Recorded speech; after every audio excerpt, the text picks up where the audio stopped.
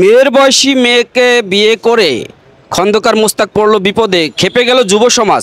দর্শক, হঠাৎ করে বইমেলায় ঘুরতে আসার পর খন্দকার মোস্তাকের উপর খেপে গেল বইমেলায় যে দর্শকরা রয়েছিল, সেখানে যে যুব সমাজ রয়েছিল তাদের উপর খেপে গেল। তারপর পুলিশ প্রশাসন এসে তাদেরকে উদ্ধার করে সেই বইমেলা থেকে বের করে দিল। এরপর সে সংবাদ সম্মেলনের মাধ্যমে কি জানালো সেই বিষয় নিয়ে আজকের ভিডিও, সম্পূর্ণ ভিডিও দেখুন। উনি বলেছে আমি ভাই বই বিক্রি করতে পারছি না, যারা অরিজিনাল ক্রেতা আসছে তারা বই কিনতে পারছে না। তো এখন আমি যখন বেরোচ্ছি তখন তো কারণ এত লোক, হাজার হাজার লোক, আমাকে কেউ কোনো দাওয়া মানে কোনো আজে বাজে আমি কোনো পরিবেশ আমি দেখি নাই, কিন্তু সবাই দেখি ছবি তুলতে চাচ্ছে, দৌড়াচ্ছে শুধু ছবি আসার জন্য। এরকম একটা পরিস্থিতি হয়েছে। তখন ওই যে মেলার যারা ওই যে আপনার কি আনসার ওরা থাকে, হ্যাঁ, ওরা একটু স্কট করে আমাকে কারণ লোকজন আসতেছে, কারণ আমার সাথে আমার ওয়াইফ আছে, হ্যাঁ। তো আমরা মানে বেরোয় আসছি শান্তিপূর্ণভাবে, মানে বেরোয় আসছি, কোনো রকম কোনো প্রবলেম আমি দেখি না। আচ্ছা, তাহলে আপনারা ধাওয়া খেয়ে মেলা থেকে বেরোন? না না, দাওয়া খাবো কেন? আচ্ছা, তৃষা কি ভয় পেয়েছেন নাকি আজকের? ভয় পাবে কেন? সে তো আনন্দিত। আমি কখনোই ভয় পাই না, আসলে আমি কোনোভাবেই ভয় পাই না। আমার ভালোই লাগছিল, মানুষজন আসছে, আমাদের সাথে ছবি তুলছে, আমাদের বই নিচ্ছে।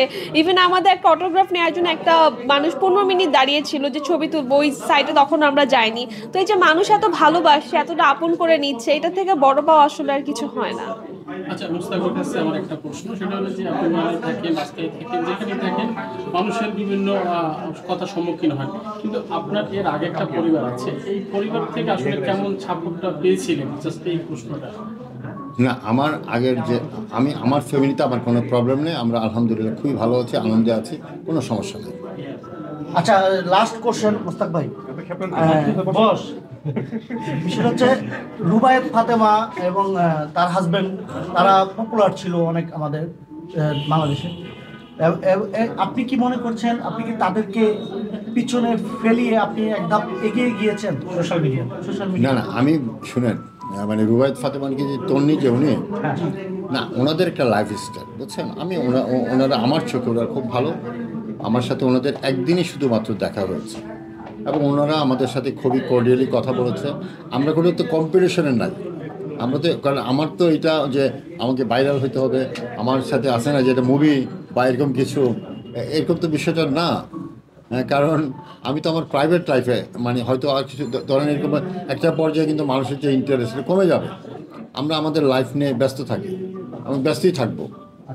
ওকে, আচ্ছা মুস্তাক ভাই, শুধু ওই জিনিসটা একটু ক্লিয়ার করে দেন, হ্যাঁ, যেন আজকের তারিখটা দিয়ে, হ্যাঁ, যেন আমরা আমাদের ওই যে বইমেলাতে হয়েছে কি, আমাকে আমার ইচ্ছা ছিল, আমি আগেই বলেছি যে আমি বলেছি মেলায় আমি 3টার সময় যাব, হয়তো সন্ধ্যার পরে থাকবো, সন্ধ্যা পর্যন্ত থাকবো।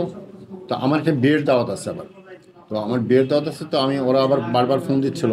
তো যখন মেলায় আমরা গেলাম তখন দেখি, যখন আমরা ঢুকছিলাম টিএসসির গেট দিয়ে, হাজার হাজার মানুষ সবাই দৌড়ে আসছে, শুধু আমার সাথে ছবি তুলবে। তো আমরা অনেক ছবি তুলেছি, যতটুকু সম্ভব সেলফি তুলেছি। তারপর আমি মেলায় গেলাম আমাদের স্টলে, সেখানে আমরা আমাদের বই বিক্রি করতেছিলাম, অটোগ্রাফ দিচ্ছিলাম। তো তখন দেখা যাচ্ছে এমন একটা পরিবেশ রয়েছে, শত শত লোক, হাজার হাজার লোক, মানে ওই আমাদের স্টলে যারা বই কিনতে আসে তারা বই কিনতে পারছে না, হ্যাঁ, তো বই কিনতে পারছে না, আশেপাশের স্টলে বই কিনতে পারছে না।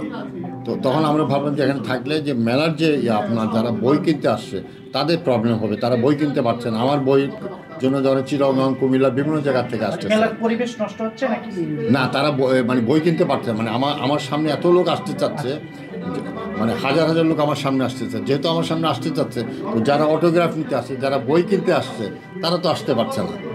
তো সেই জন্য আমি কিছু মানে বেশ 400-500 বই আমি অটোগ্রাফ দিয়ে দিলাম। অটোগ্রাফ দিয়ে, তো আমার যেহেতু অটোগ্রাফ চাচ্ছে, তো অটোগ্রাফ দিয়ে পরে আমি চলে আসছি।